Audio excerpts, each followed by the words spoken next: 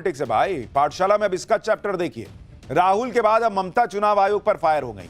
बंगाल में इस बार खेला होना तय हो गया है क्या? मोदी की लगातार जीत से ममता घबराई, एनआरसी वाला कार्ड निकालकर कहां से लाई, अब इसका चैप्टर खोल रहा हूं। बंगाल में अगले साल विधानसभा चुनाव है और जिस तरह से पीएम मोदी लगातार चुनाव जीत रहे हैं, उससे ममता बनर्जी को अपना गढ़ खतरे में दिख रहा है और शायद इसी वजह से आज वो अचानक से एनआरसी चिल्लाने लगी। ममता बनर्जी ने एनआरसी का कार्ड खेलने के लिए चुनाव आयोग को निशाने पर ले लिया। ममता बनर्जी ने आरोप लगाया कि चुनाव आयोग बैकडोर से एनआरसी लागू करने की कोशिश कर रहा है। चुनाव आयोग एनआरसी लागू कर रहा है। अब कहां चुनाव आयोग, कहां NRC?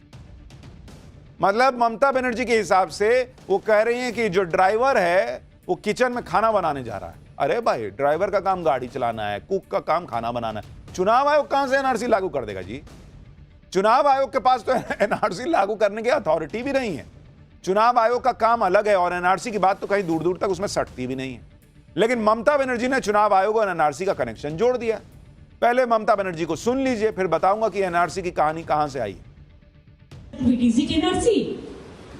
Is it they are doing or working to establish the NRC?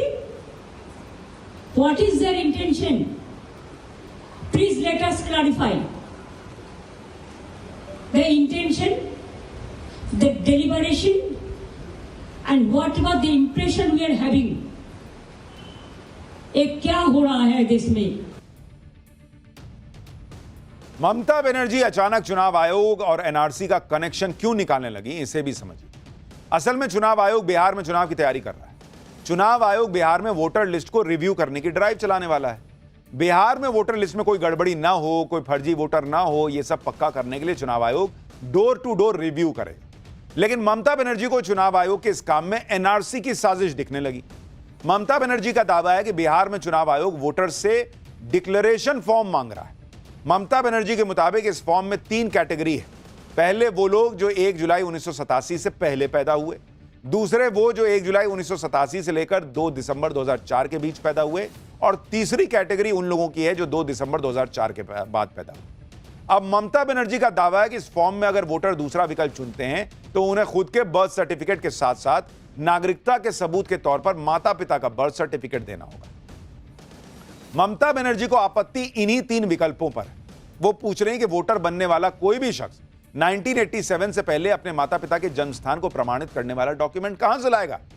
वैसे तो यह फॉर्म बिहार के लिए, लेकिन ममता बनर्जी का आरोप है कि निशाना बंगाल है।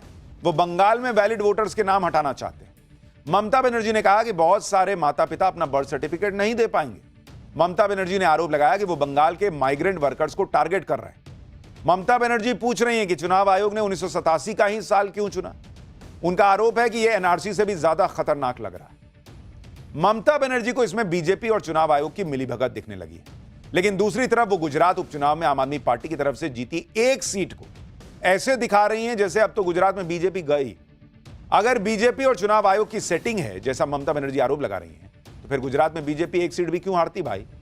सुनिए गुजरात उपचुनाव को लेकर ममता बनर्जी ने क्या कहा, फिर बताऊंगा कि कांग्रेस कैसे चुनाव आयोग से डेटा मांगकर खुद फंस गई। गुजरात में तो लगता है, मैं जो बात किया है कल, मेरे को लगता है गुजरात में बीजेपी गया। बाई इलेक्शन में अगर हार गया, उसका इतना फोर्स रहने का बाद भी, देखो हमारा स्टेट में एक भी स्टेट पुलिस को अंदर में नहीं जाने देता, एरिया में नहीं जाने देता। अभी चुनाव आयोग पूरा सेंट्रल गवर्नमेंट से काम करता है, इलेक्शन कराता है, एक भी स्टेट पुलिस को साथ में नहीं लेता है, स्टेट ऑफिसर को नहीं लेता है। आरएसएस देख के, प्रचारक देख के, आरएसएस को कोई कुछ लोग को हम सम्मान करते हैं, लेकिन अभी जिस तरह कर रहा है इसमें हमारा डाउट बढ़ रहा है। वो क्या किया, वो देख के ऐसा ऑब्जर्वर देते हैं जो खाली बीजेपी को लेके और सीएपीएफ के लेके मीटिंग किया है। इवन बाई इलेक्शन का पहले भी बहुत कोशिश किया। ममता बनर्जी खुद कह रही हैं कि वहां स्टेट पुलिस नहीं होती, पूरी सेंट्रल फोर्स होती। और भाई आप तो फिर भी चुनाव जीत ही ना रही हैं, तो सेंट्रल फोर्स लगाने से क्या हो गया? ममता बनर्जी ये सब बातें इसलिए कर रही हैं क्योंकि बंगाल में 2026 में चुनाव होने वाले हैं और ममता बनर्जी को इस बार का डर है कि कहीं इस बार उनके साथ खेला ना हो जाए। क्योंकि बंगाल में 14 साल से ममता बनर्जी लगातार सत्ता में, 14 साल सत्ता में रहने की काफी एंटी इनकम्बेंसी भी हो सकती है। ममता बनर्जी पर तुष्टीकरण की राजनीति करने के आरोप भी लगते हैं। पहले बंगाल में मजबूत विपक्ष नहीं था, लेकिन अब मजबूत बीजेपी है। बीजेपी ने पिछले कई सालों से ममता बनर्जी को जोरदार टक्कर तो दी है। ममता बनर्जी अब तक अजय हैं, लेकिन दिल्ली में केजरीवाल का हाल सबने देखा है। केजरीवाल 12 साल तक अजय थे दिल्ली में। उनको लगता था दिल्ली कोई जीत ही नहीं सकता मुझसे, लेकिन आखिरकार नरेंद्र मोदी ने दिल्ली का किला गिरा दिया। बीजेपी को लगता है कि अगर दिल्ली केजरीवाल से जीत सकते हैं तो बंगाल में ममता बनर्जी से जीत सकते हैं। अमित शाह खुद ये कह चुके हैं कि दिल्ली के बाद अब बंगाल में कमल खिलेगा, और शायद इसीलिए ममता बनर्जी घबराई हैं और ऐसी सी बातें कर रही हैं। ममता बनर्जी शायद इसी डर से चुनाव आयोग पर फायर है कि कहीं बंगाल में इस बार उनके साथ खेला ना हो जाए, तो पहले से कुछ बेस बनाओ। इंडी गठबंधन के लिए सबसे आसान निशाना चुनाव आयोग ही है। ये लोग जीतते हैं तो बोलती बंद हो जाती है, हारते हैं तो चुनाव आयोग पे, ईवीएम पे ठीकरा फोड़ते हैं। इंडी गठबंधन में कांग्रेस यही काम बहुत पहले से कर रही है। पिछले साल महाराष्ट्र चुनाव को लेकर कांग्रेस अब तक चुनाव आयोग से भिड़ी हुई है, लेकिन चुनाव आयोग को घेरने के चक्कर में खुद कांग्रेस फंस गई। दरअसल महाराष्ट्र चुनाव को लेकर कांग्रेस ने चुनाव आयोग से वोटर लिस्ट मांगी थी। उनका आरोप था कि महाराष्ट्र लोकसभा और विधानसभा चुनाव में वोटर लिस्ट में बड़ा गैप था। कांग्रेस का कहना था कि महाराष्ट्र विधानसभा चुनाव में अचानक से वोटर्स की संख्या बढ़ गई। कांग्रेस की इस डिमांड को मानते हुए आयोग ने 2009 से 2024 तक की वोटर लिस्ट शेयर करने की इजाजत दे दी। लेकिन अब कांग्रेस कह रही है कि हमें मशीन रीडेबल डिजिटल कॉपी चाहिए, लेकिन कांग्रेस की इस मांग को चुनाव आयोग ने नकार दिया। चुनाव आयोग के सूत्रों के मुताबिक कांग्रेस की यह डिमांड मौजूदा कानूनी नियमों के दायरे में नहीं है, और ऐसी ही डिमांड को साल 2018-19 में सुप्रीम कोर्ट खारिज कर चुकी है। साल 2018-19 में कांग्रेस के पूर्व मुख्यमंत्री कमलनाथ ऐसी ही डिमांड लेकर सुप्रीम कोर्ट गए थे कि हमको डेटा दिला दीजिए चुनाव आयोग से। 2019 में सुप्रीम कोर्ट ने साफ साफ कह दिया था कि चुनाव मैनुअल में वोटर लिस्ट का आंकड़ा सार्वजनिक करने के लिए इमेज पीडीएफ फॉर्मेट की बात की गई है, वहां कहीं भी सर्चेबल पीडीएफ की बात ही नहीं, और इसलिए याचिकाकर्ता यानी कमलनाथ ये क्लेम नहीं कर सकते कि ड्राफ्ट इलेक्टोरल रोल वेबसाइट पर या सर्चेबल मोड में होना चाहिए। और इतना ही नहीं, सुप्रीम कोर्ट ने तो यह भी कह दिया था कि भाई आपको अगर जरूरत है तो यह हो जाता है, कोई बहुत बड़ी बात नहीं है। आपको जो रीडेबल मिला है उसको आप जो है वो आराम से कन्वर्ट कर सकते हो पीडीएफ को। लेकिन 2018-19 से सोचिए 25 हो गया, कांग्रेस अभी वही लड़ाई लड़ रही है। कांग्रेस पार्टी आज जो डिमांड कर रही है उसे सुप्रीम कोर्ट पहले ही खारिज कर चुका है, लेकिन कांग्रेस पार्टी माहौल बनाने में लगी हुई है। इसी तरह कांग्रेस की चुनाव आयोग से एक और डिमांड, कांग्रेस चाहती है कि इलेक्शन के दिन वोटिंग सेंटर का सीसीटीवी फुटेज दे दिया जाए, लेकिन कांग्रेस को यह समझ नहीं आ रहा कि यह गैरकानूनी होगा। खुद साल 2021 में सुप्रीम कोर्ट ने कहा था कि वोटिंग की सीक्रेसी को बनाए रखना जरूरी है। यहां तक कि representation of the people act 1950-51 में भी यही लिखा है कि वोटिंग की गोपनीयता का उल्लंघन नहीं होना चाहिए। यही बात चुनाव आयोग कह रहा है कि सीसीटीवी फुटेज जारी करने की वजह से वोटर्स की प्राइवेसी का खतरा होगा। लेकिन कांग्रेस पार्टी अपने में सुधार करने की बजाय ये दे दो वो दे दो, क्या ही कोई उनको टीम में रिसर्च करके नहीं देता है कि सर ये सब तो हो चुका, सुप्रीम कोर्ट मना कर चुका है। इतना ही नहीं, इलेक्शन कमीशन खुद राहुल गांधी को पर्सनली मिलने के लिए बुला चुकी है, लेकिन अब कांग्रेस कह रही है कि पहले हम जैसी लिस्ट मांग रहे हैं वो लिस्ट दो तब मिलने आए। बैठे रहिए, हो गया आपका काम। खैर, पाठशाला में अब आपको बताते हैं अगला चैप्टर। कथावाचकों पर हमले का मामला, योगी को घेरने निकले अखिलेश को धर्मगुरुओं ने घेर लिया है क्या? जाति की वजह से चोटी काटी, मारा पीटा, यह कहानी में नया ट्विस्ट है। योगी के खिलाफ साजिश का सच क्या है, अब आपको यह बताता हूं। यूपी के कथावाचक कांड में अखिलेश यादव लगातार सीएम योगी को घेर रहे हैं। ऐसी राजनीति हो रही है जिसमें पूरा मामला यादव बनाम ब्राह्मण किया जा रहा है। यह नैरेटिव अखिलेश यादव के पीडीए वाले एजेंडे में फिट बैठता है, और इसलिए इस मामले में लगातार पेट्रोल छिड़ककर आग लगाई जा रही है। लेकिन मुख्यमंत्री योगी आदित्यनाथ चुपचाप सब देखने वालों में से नहीं है। आज योगी ने पुलिस प्रशासन को अच्छे से टाइट कर दिया और क्लियर कट कह दिया कि यूपी में जातीय दुश्मनी फैलाने की साजिश हो रही है, और इस साजिश का तुरंत पर्दाफाश कीजिए।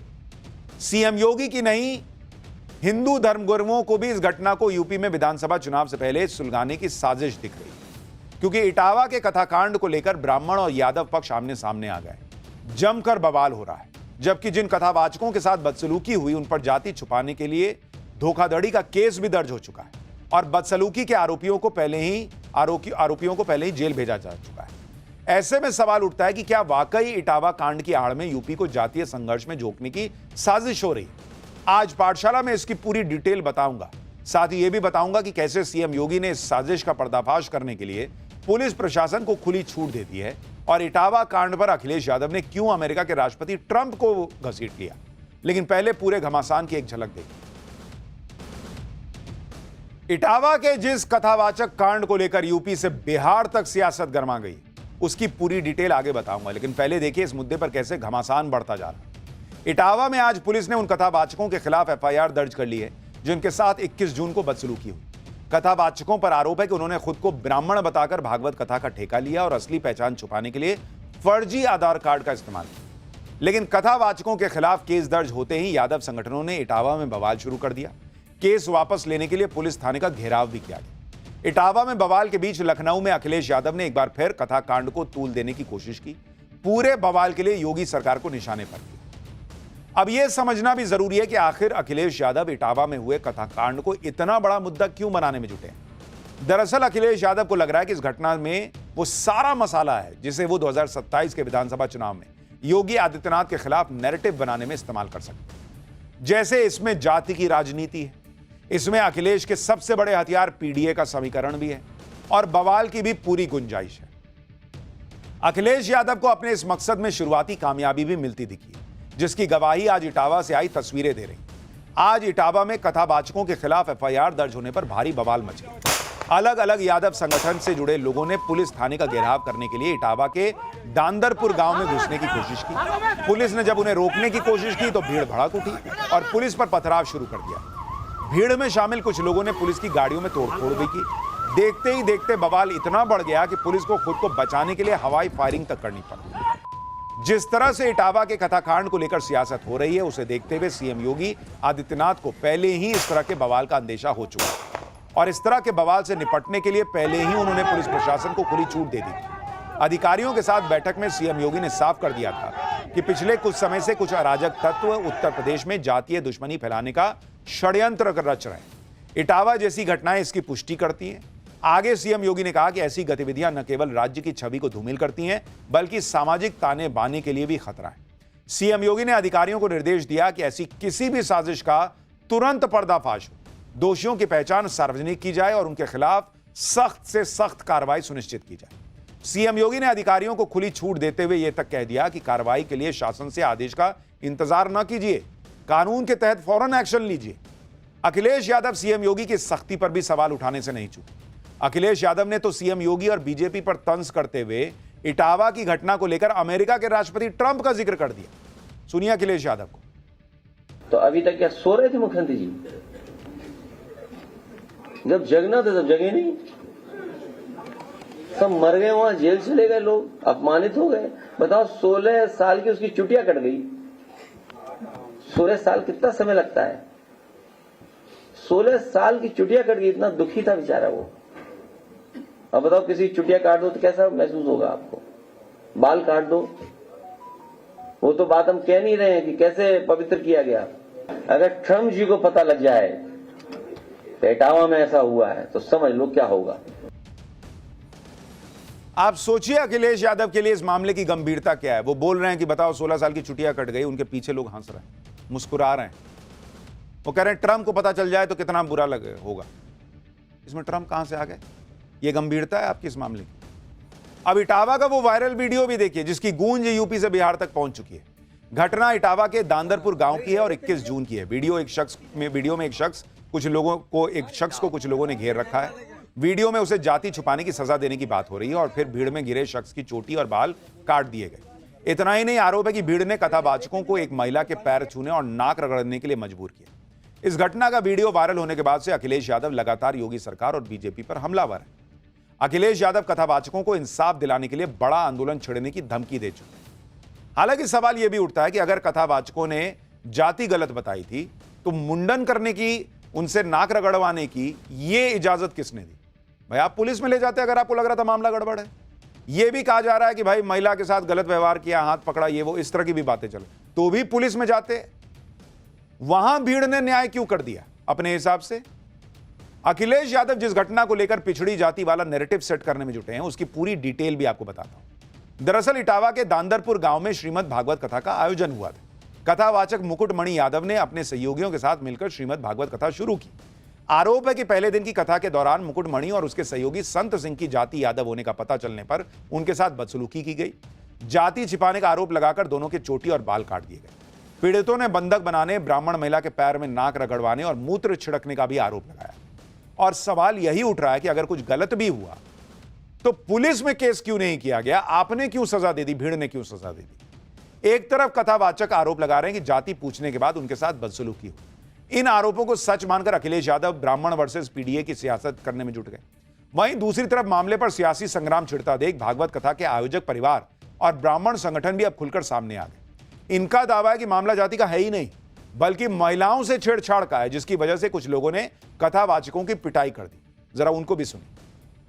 मैंने अपने पति को बताया कि लोग इनके इरादे अच्छे नहीं हैं, गलत लोग। ये भागवत चार कैसे है मुझे नहीं समझ में आ रही। ये भागवत ये भी इनकी जांच कर ली, तब इनने जांच करी। जिनने कुछ लड़कों को बताया तब उनसे कि तुमने ऐसी गंदी हरकत क्यों करी, भाभी से माफी मांगी। एक छोटी सी मामूली सी घटना थी, जिसको इतना तूल नहीं देना चाहिए था। उस व्यक्ति ने, जो कथावाचक है, अपनी जाति छुपाई। कोई तकलीफ नहीं थी, जाति छुपाई, ठीक है। कम से कम अश्लील हरकतें न करते, आप वहां पकड़े नहीं जाते। 7 दिन कथा करके आप चले जाते। यानी सबके अपने अपने पक्ष हैं, लेकिन एक सवाल इसी बात का उठ रहा है कि भीड़ ने सजा क्यों दे दी? पुलिस के पास पकड़ के ले जाते। इटावा की कथा कांड में लग रहे आरोप और प्रत्यारोप के बीच कथावाचक मुकुटमणि यादव का आधार कार्ड और विजिटिंग कार्ड भी वायरल हो रहा है। मुकुटमणि यादव पर भागवत कथा का कार्यक्रम पाने के लिए अपनी जाति छुपाने और खुद को ब्राह्मण बताने का आरोप है। वायरल हो रहे आधार कार्ड में मुकुटमणि के नाम के आगे अग्निहोत्री लिखा नजर आ रहा है, यानी उन्होंने खुद को ब्राह्मण समाज का दिखाने की कोशिश की, आरोप है। इसी तरह मुकुटमणि यादव का विजिटिंग कार्ड भी वायरल हो रहा है, जिसमें मुकुटमणि नाम के आगे आचार्य और पंडित लिखा नजर आ रहा है। इसमें भी कहीं यादव लिखा हुआ नहीं दिख रहा। वायरल हो रहे आधार कार्ड की जांच के बाद ही पुलिस ने कथावाचक मुकुटमणि यादव और उनके सहयोगी संत सिंह यादव के खिलाफ धोखाधड़ी का केस दर्ज कर लिया है। इटावा के कथाकांड को लेकर हो रही सियासत पर संत समाज ने नाराजगी जताई और सीएम योगी से जल्द इस घटना की सच्चाई सामने लाने की अपील की। आशंका जताई गई है कि समय रहते कार्रवाई नहीं हुई तो यह घटना हिंदुओं के बंटने और विधानसभा चुनाव से पहले यूपी के सुलगने की वजह बन सकती है। आप भी ज्योतिष पीठ के शंकराचार्य अभिमुक्तेश्वरानंद सरस्वती और अखिल भारतीय संत समिति के महामंत्री स्वामी जितेंद्रानंद सरस्वती को सुनिए। एक पक्ष अपनी जाति को छुपा करके आता है, वो उसका दोष है, और दूसरा पक्ष कानून के हवाले उनको करने के बजाय स्वयं कानून हाथ में लेकर के उनका अपमान करता है। तो ये दोनों ही पक्षों का दोष है। इसलिए इस पे अनुशासन की तगड़ी कार्रवाई होनी चाहिए, राजनीति नहीं होनी चाहिए। क्योंकि राजनीति अगर होगी तो इसका मतलब है कि हिंदू समाज के बीच में फूट डालने का कारण बनेगा। ये इस कथा के प्रकरण में भी समाजवादी पार्टी का अचानक से सक्रिय हो जाना और कुछ सोशल मीडिया के इन्फ्लुएंसरों के द्वारा लगातार ट्वीट करना यह दर्शाता है कि उत्तर प्रदेश के अगले विधानसभा चुनाव को ध्यान में रख करके यूपी में आग लगाने की इनकी तैयारी है।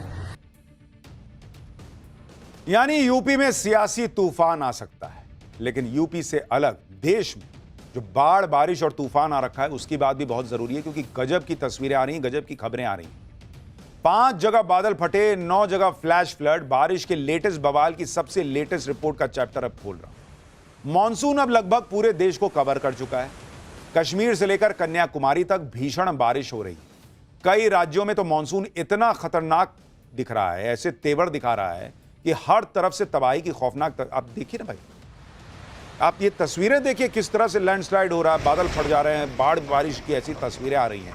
सबसे ज्यादा हालात तो पहाड़ी राज्यों में खराब। जम्मू कश्मीर, उत्तराखंड और हिमाचल प्रदेश में मानो मानसून की सुनामी आ गई।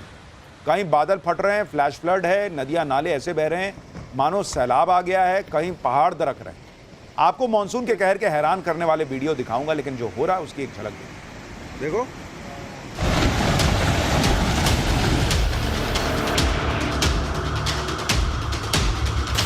टूटता हुआ, दरकता हुआ।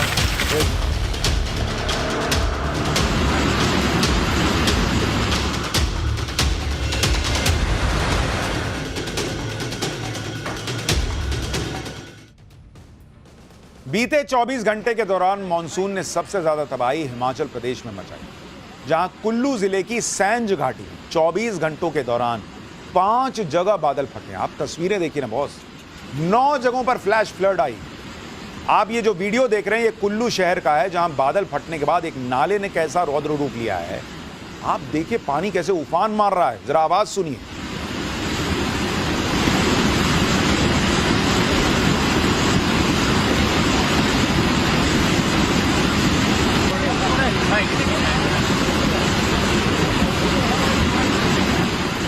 देख रहे हैं आप। एक और तस्वीर देखिए, ये पुष्पा 2 मूवी का सीन नहीं है, बल्कि हिमाचल प्रदेश में मानसून की पहली बारिश से मची तबाही का रियल सीन है, जहां बाढ़ आने की वजह से नदियों नालों में पानी के साथ जंगल की लकड़ियां बह रही हैं। ये वीडियो कुल्लू की गरसा घाटी के थैला नाले का है, जिसमें इतने लट्ठे आए कि गिनना मुश्किल है बॉस। आप देखिए पूरा, मतलब नदी तो पानी तो दिख ही नहीं रहा भाई, खाली लट्ठे दिख रहे हैं, लकड़ियां दिख रही हैं। लोग कह रहे हैं कि ये तो भयंकर तबाही मच गई। आप देखिए जरा इसको।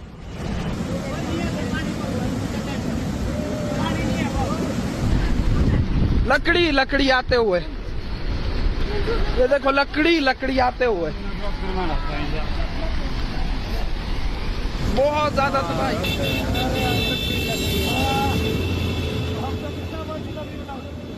कुल्लू की मणिकर्ण घाटी में भी मानसून ने धमाकेदार एंट्री मारी, जहां भारी बारिश की वजह से एनएचपीसी डैम से पानी छोड़ना पड़ा। इससे पार्वती नदी में फ्लैश फ्लड आ गया, जिसमें नदी पर बना एक पुल टूट गया। हिमाचल प्रदेश के कांगड़ा में भी बादल फटने से तबाही मची। आप धर्मशाला की ये तस्वीरें देखिए बॉस, बाप रे बाप, भयानक तस्वीर। बादल फटने के बाद आई फ्लैश फ्लड में एक ट्रक तिनके की तरह देखिए कैसे बह रहा है, और पानी देखिए ना, ऐसा लग रहा है कि जैसे समंदर की तूफानी लहरों में कोई शिप हिचकोले खा रहा है। जरा आवाज सुनिए।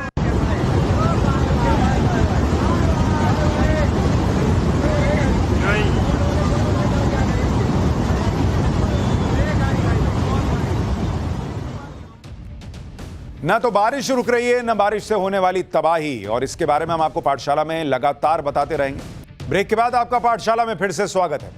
दिल्ली में नौसेना भवन से एक पाकिस्तानी जासूस को गिरफ्तार किया गया है। गिरफ्तार आरोपी विशाल नौसेना भवन में क्लर्क के पद पर काम कर रहा था और पाकिस्तानी खुफिया एजेंसी की महिला हैंडलर से संपर्क में था आरोपी। जांच में खुलासा हुआ है कि आरोपी ने ऑपरेशन सिंदूर के दौरान भी नौसेना और अन्य रक्षा संबंधी गुप्त सूचनाएं पाकिस्तान को भेजी थी। पूछताछ में सामने आया है कि विशाल यादव ऑनलाइन गेम खेलने का आदी था और अपनी आर्थिक जरूरतों को पूरा करने के लिए उसने देश की सुरक्षा से खिलवाड़ करना शुरू कर दिया था। सोचिए, इस तरह की चीजें भी हो रही हैं।